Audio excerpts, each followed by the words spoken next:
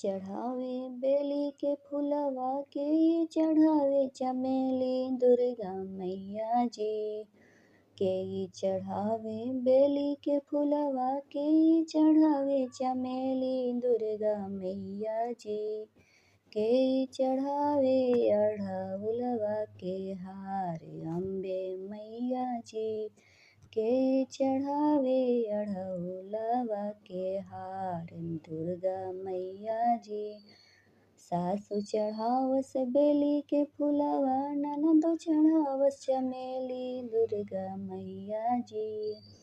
सासु चढ़ावस बेली के फुलवा ननदो चढ़ावस चमेली दुर्गा मैया जी। कि हमहु चढ़ाई अढ़उलवा के हार देवी मैया जी।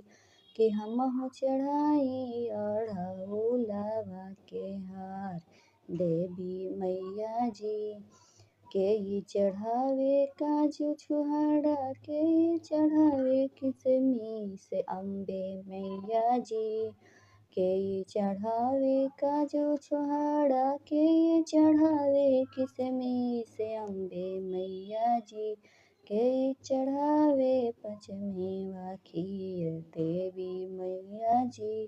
के चढ़ावे मखानवा के खीर देवी मैया जी। जेठानी चढ़ावस काजू छुहाड़ा देवरानी किसमिस देवी मैया जी। जेठानी चढ़ावस काजू छुहाड़ा देवरानी किसमिस देवी मैया जी। हमहु चढ़ाई पचमेवा खीर देवी मैया जी। हमहु चढ़ाई मखानवा के खीर देवी मैया जी। के मांगे बेटा पतोहिया के मांगे भतीजा देवी मैया जी।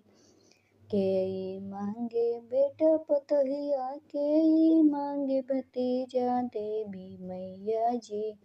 के मांगे 16 सिंगार दुर्गा मैया जी। के मांगे 16 सिंगार दुर्गा मैया जी। सासु मांगस बेटा पतोहिया ननदो भतीजा देवी मैया जी। सासु मांगस बेटा पतोहिया ननदो भतीजा देवी मैया जी।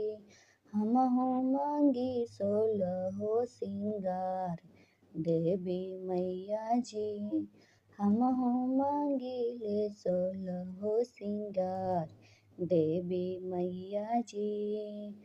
के चढ़ावे बेली के फुलवा के चढ़ावे चमेली दुर्गा मैया जी। के चढ़ावे अढ़उलवा के हार देवी मैया जी। के चढ़ावे अढ़उलवा के हार देवी मैया।